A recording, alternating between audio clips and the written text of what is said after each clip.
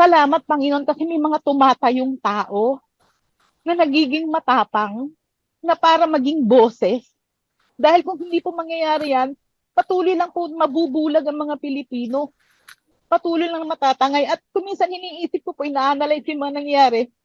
Panginoon, alam ko, hinahayaan mo mangyari ito na malantad kasi walang lihim na hindi nabubunyag. True. At maganda na makita namin na ganito ang nangyayari para mamulat ang kaisipan ng mga Pilipino na never again.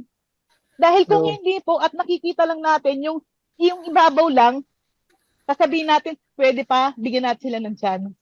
At nung napakinggan ko po kahapon yung blank na note, naalala ko po yung kaso ng lola ko nung unang panahon sa Grace Park po. Yung kapitbahay nila, binigyan sila ng blank check. Tapos ang sabi, pirmahan nyo to, lolo't lola ko lamang po yung natira doon.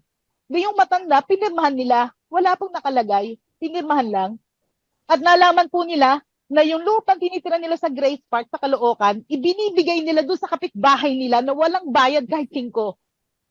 Estapa. Inilaban po yun Apa. for many Oo. years po. Attorney Apa. Harry Roque, for many years po inilaban ng uncle ko, naubos po, kapitan yung uncle ko.